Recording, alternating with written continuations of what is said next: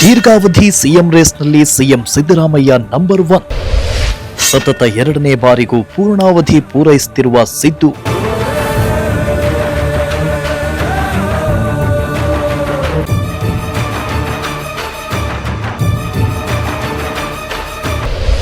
ನಾಳೆ ದೇವರಾಜು ಅರಸು ಅವರ ದಾಖಲೆ ಮುರಿಯಲಿರುವ ಸಿದ್ದು. ಕರ್ನಾಟಕ ರಾಜ್ಯದ ಇತಿಹಾಸದಲ್ಲೇ ದಾಖಲೆ ಬರೆದ ಸಿಎಂ. ಎಸ್ ವೀಕ್ಷಕರೇ, ಇಡೀ ದೇಶದಲ್ಲಿಯೇ ಕರ್ನಾಟಕ ರಾಜ್ಯದ ರಾಜಕೀಯದತ್ತ ಎಲ್ಲರ ಚಿತ್ತ ಇದ್ದೇ ಇರುತ್ತೆ. ಕಾರಣ ಇಲ್ಲಿರುವ ಸ್ಥಳೀಯ ಮತ್ತು ಪ್ರಾದೇಶಿಕ ಪಕ್ಷಗಳು ಹಾಗೂ ರಾಜ್ಯ ಪಕ್ಷಗಳ ನಡುವಿನ ಪೈಪೋಟಿ ರಾಜಕಾರಣ. ರಾಜ್ಯ ರಾಜಕಾರಣದಲ್ಲಿ ಸಿಎಂ ಬದಲಾವಣೆ, ದಿಢೀರ್ ಎಲೆಕ್ಷನ್, ಒಂದೇ ವರ್ಷದಲ್ಲಿ 3 ಸಿಎಂಗಳ ಆಯ್ಕೆ, ಒಂದೇ ಸರ್ಕಾರದಲ್ಲಿ 3 ಜನ ಡಿಸಿಎಂಗಳು ಇದ್ದಿದ್ದನ್ನು ನೋಡಿದ್ದೇವೆ. ಆದರೆ ಒಬ್ಬ ಸಿಎಂ ತನ್ನ ಅಧಿಕಾರಾವಧಿಯನ್ನ ಸಂಪೂರ್ಣವಾಗಿ ಪೂರ್ಣಗೊಳಿಸಿದವರ ಸಾಲಿನಲ್ಲಿ ಸಿಎಂ ಸಿದ್ದರಾಮಯ್ಯ ಮುಂದೆ ಇದ್ದು ನಾಳೆ ದೇವರಾಜ ಅರಸು ಅವರ ಅಧಿಕಾರಾವಧಿಯನ್ನ ಸೆಡ್ಡು ಹೊಡೆದು ಮುನ್ನುಗ್ತಿದ್ದಾರೆ. ಯಾವ ರೀತಿಯಲ್ಲಿ ದೇವರಾಜ ಅರಸು ಅವರನ್ನ ಹಿಂದಿಕ್ಕಿದ್ರು ಸಿಎಂ ಸಿದ್ದು, ಇವರ ಆಳ್ವಿಕೆಯ ಅಧಿಕಾರಾವಧಿ ಪೂರ್ಣಗೊಳಿಸ್ತಾರಾ? ಈ ಸ್ಟೋರಿ ನೋಡಿ.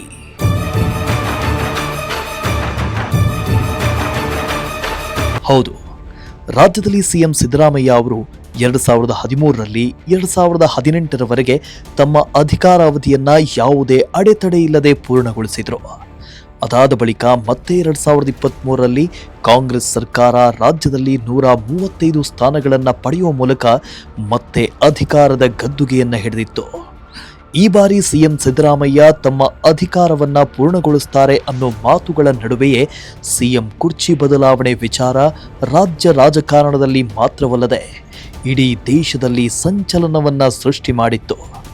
ಸಿಎಂ ಕುರ್ಚಿಯನ್ನ ಡಿಸಿಎಂ ಏರ್ತಾರೆ ಅನ್ನೋ ದೊಡ್ಡ ಚರ್ಚೆ ನಡೆದಿತ್ತು.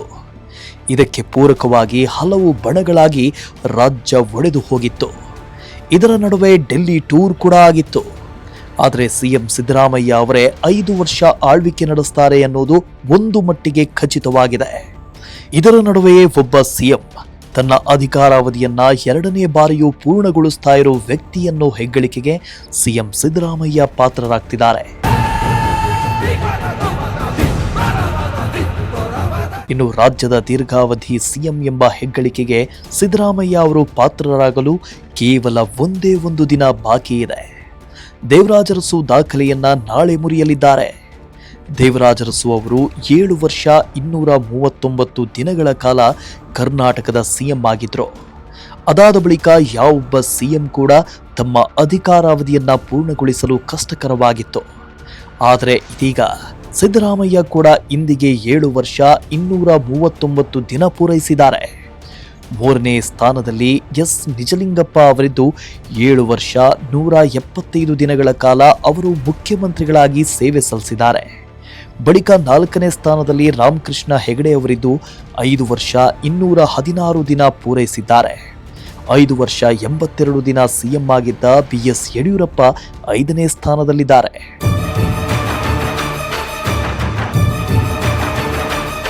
ದೇವರಾಜ ಅರಸು ಅವರು ಸತತವಾಗಿ 7.5 ವರ್ಷ ಅಧಿಕಾರದಲ್ಲಿದ್ದರೆ ಸಿದ್ದರಾಮಯ್ಯ ಮೊದಲ ಅವಧಿ ಪೂರ್ಣಗೊಂಡ ಬಳಿಕ ಮತ್ತೆ ಕಾಂಗ್ರೆಸ್ ರಾಜ್ಯದಲ್ಲಿ ಅಧಿಕಾರಕ್ಕೆ ಬಂದಿರಲಿಲ್ಲ.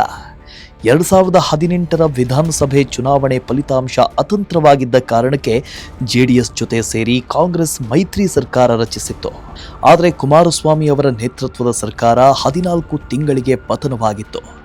ಬಳಿಕ ಅಧಿಕಾರಕ್ಕೆ ಬಂದ ಬಿಜೆಪಿಯಿಂದ ಯಡಿಯೂರಪ್ಪ ಮತ್ತು ಬಸವರಾಜ ಬೊಮ್ಮಾಯಿ ಕ್ರಮವಾಗಿ ಮುಖ್ಯಮಂತ್ರಿಗಳಾದರು. ಅದಾದ ಬಳಿಕ 2023ರ ಚುನಾವಣೆಯಲ್ಲಿ ಕಾಂಗ್ರೆಸ್ ಸ್ಪಷ್ಟ ಬಹುಮತ ಪಡೆದ ಕಾರಣ ಸಿದ್ದರಾಮಯ್ಯ ಮತ್ತೆ ಮುಖ್ಯಮಂತ್ರಿಯಾಗಿ ಅಧಿಕಾರ ಸ್ವೀಕರಿಸಿದರು. ಸಿಎಂ ಸಿದ್ದರಾಮಯ್ಯ ಅವರು ಪ್ರಾರಂಭದ ದಿನಗಳಲ್ಲಿ ಲೋಕದಳ, ಜನತಾದಳ ಪಕ್ಷಗಳಲ್ಲಿಯೂ ಕಾರ್ಯನಿರ್ವಹಿಸಿದರು. 2006ರಲ್ಲಿ ಕಾಂಗ್ರೆಸ್ ಸೇರಿ ವಿವಿಧ ಜವಾಬ್ದಾರಿಗಳನ್ನು ನಿಭಾಯಿಸಿದರು. ವಿಪಕ್ಷ ನಾಯಕನಿಂದ ಹಿಡಿದು ಮುಖ್ಯಮಂತ್ರಿ ಕುರ್ಚಿಯನ್ನು ಇದೀಗ 2ನೇ ಬಾರಿ ಏರಿ ಸರ್ಕಾರ ನಡೆಸುತ್ತಿದ್ದಾರೆ.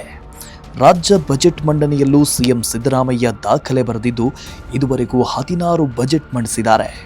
ಒಟ್ಟು 13 ಬಜೆಟ್ ಮಂಡಿಸಿರುವ ರಾಮಕೃಷ್ಣ ಹೆಗಡೆ 2ನೇ ಸ್ಥಾನದಲ್ಲಿದ್ದಾರೆ.